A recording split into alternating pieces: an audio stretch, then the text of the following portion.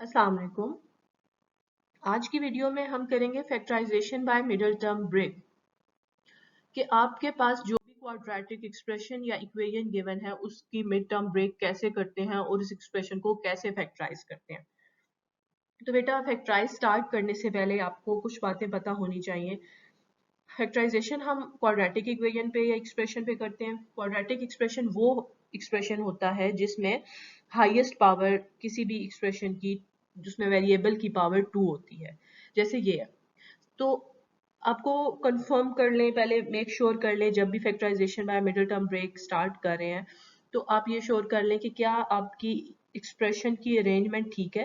Arrangement कुछ इस तरह होनी चाहिए कि पहली टर्म हमेशा स्क्वायर वाली होनी चाहिए, सेकेंड टर्म y पावर 1 वाली होनी चाहिए एंड थर्ड टर्म कांस्टेंट होनी चाहिए, जैसे इस क्वेश्चन में ऑलरेडी उसी फॉर्म में गिवन है। अगर उस फॉर्म में गिवन नहीं है तो फिर आपने क्या करना है कि आप कांस्टेंट टर्म, सपोज आपके पास एक्सप्रेशन गिवन है y square plus 24 plus 11y, तो आप उसकी पहले पोजीशन सेट करें, 11y पहले लिखें एंड देन 24 और उसके बाद आप मिडिल टर्म ब्रेक स्टार्ट करें।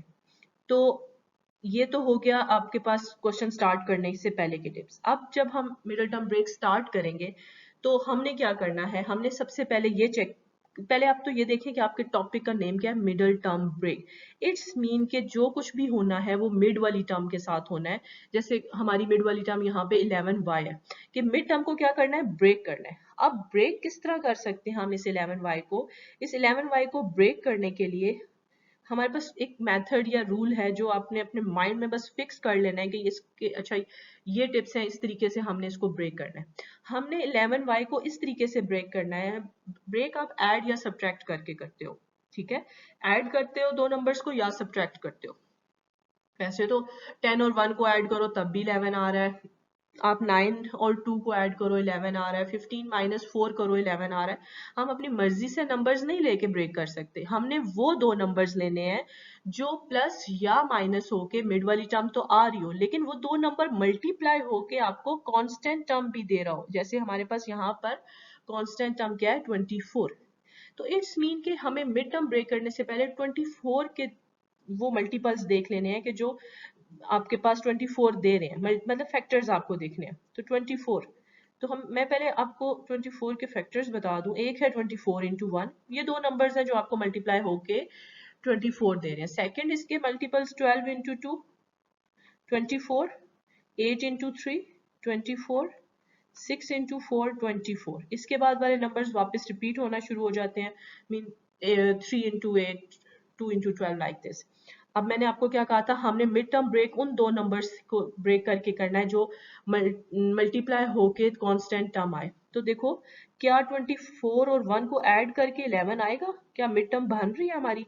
ऐड करेंगे तो 25 आ रहा है और सब्ट्रैक्ट करेंगे तो 23 आ रहा है, तो 11 तो नहीं आ रहा। इट्स मीन ये दो नंबर्स तो नहीं हो सकते।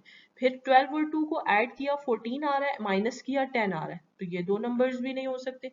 8 एंड 3 को ऐड किया तो आपके पास 11 आ गया। तो इट्स मीन कि आपके जो दो नंबर्स जिसमें आपने मिड टर्म ब्रेक करनी है वो मिल गए हैं, वो है 8 और 3, और वो भी आप उनको ऐड करोगे तो 11 आ जाएगा। और सेकंड जो कंडीशन हमारी है कि उनको मल्टीप्लाई करके भी 24 आना चाहिए। तो अब हम अपने क्वेश्चन पे आते हैं, उसको स्टार्ट लेते हैं। सेकंड रूल जो आपको पता होना चाहिए कि हमेशा first term as it is लिख देते हैं और लास्ट टर्म जो कांस्टेंट टर्म है वो भी एज इट इज लिख देते हैं, क्योंकि ब्रेक आपने मिड टर्म करनी है, topic name mid term break है, तो फिर हम मिड टर्म ब्रेक ही करेंगे। और मिड टर्म ब्रेक किन दो नंबर्स को लेके करेंगे, जो आपके पास ये जो दो हमने चूज किए हैं 8 और 3, क्योंकि हमें पता होना चाहिए कि इन दोनों को ऐड करके 11 तो आ रहा है बट वो मल्टीप्लाई करके भी हमें कांस्टेंट टर्म दे रहे हैं। तो अब हम कैसे स्टार्ट लेंगे, 8y और 3y में ब्रेक करना है, सॉरी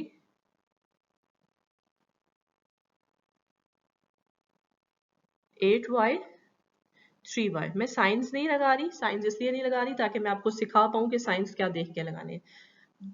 हमेशा जो मिड टर्म के साथ साइन होगा वो आपने जो दो नंबर्स लिए होंगे उनमें से बड़ी वैल्यू के साथ आएगा। 11 के साथ प्लस है तो हमारा प्लस किसके साथ आएगा, बड़ी वैल्यू के साथ, विच इज 8। सेकेंड साइन आपने कैसे चूज करना है, ये चेक करना है कि क्या 8 में 3 ऐड होके 11 आ रहा है या सब्ट्रैक्ट होके आ रहा है। अगर आप 8 में से 3 8 में से 3 को माइनस करो, मतलब आप 3 के साथ माइनस साइन लगा भी देते हो तो ये आपको 5 देगा। इट्स मीन ये तो माइनस के साथ तो 5 आ रहा है, हमें तो 11 चाहिए।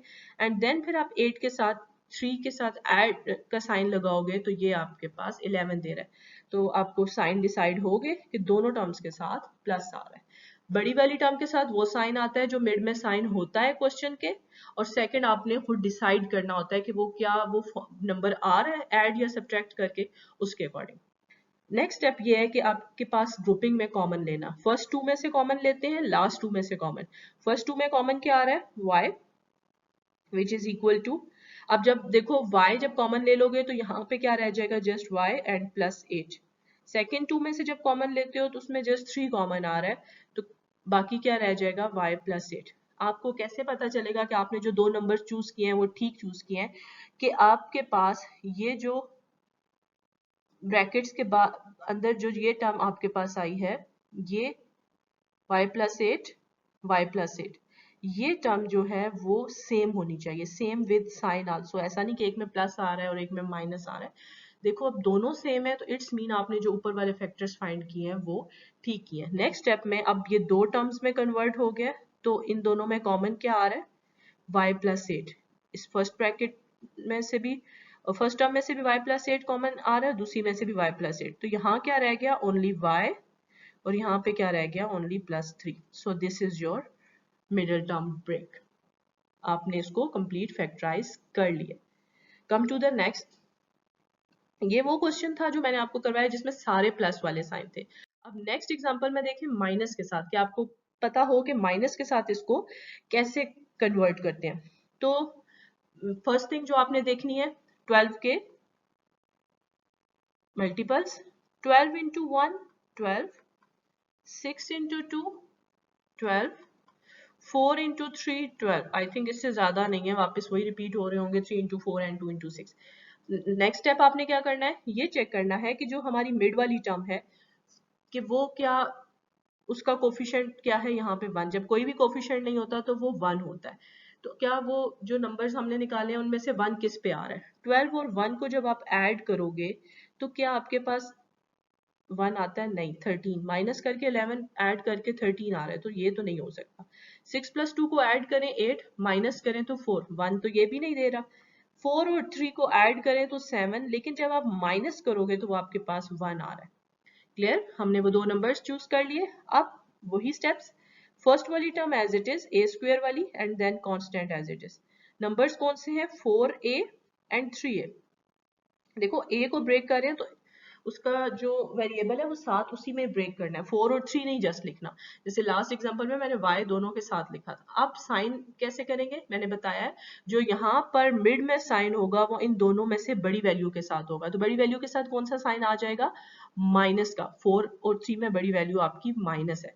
सेकंड के साइन को अब आपने डिसाइड करना है कि प्लस आता है या माइनस। सपोज अगर मैं यहाँ पर 3 के साथ माइनस लगाती हूँ, इसको सॉल्व करो, minus minus plus, 4 and 3 7 and sign is -7।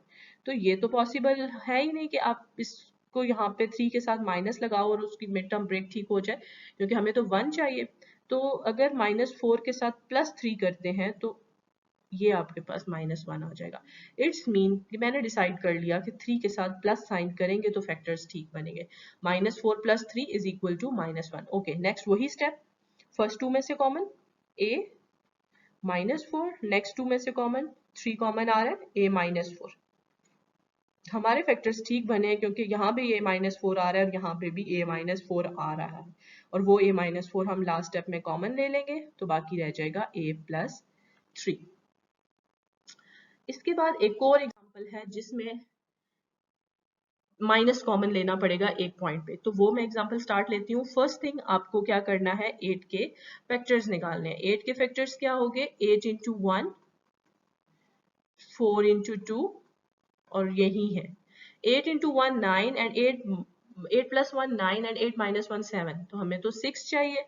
4 plus 2 6। Okay, हमें यहीं पे पता चल गया कि वो दो नंबर्स कौन से हैं, 4 एंड 2। नेक्स्ट स्टेप, हमारी first term as it is आएगी, 8 एज इट इज आएगा। x में टर्म है तो हमने उसको ब्रेक कर लिया 4x एंड 2x में।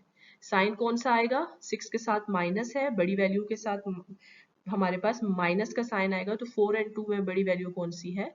माइनस। तो -4 -2 होके 6 -6 देगा। अगर आप उसको +2 कर दोगे तो वो आपके पास 6 प्लस -2 आएगा, 6 नहीं आएगा।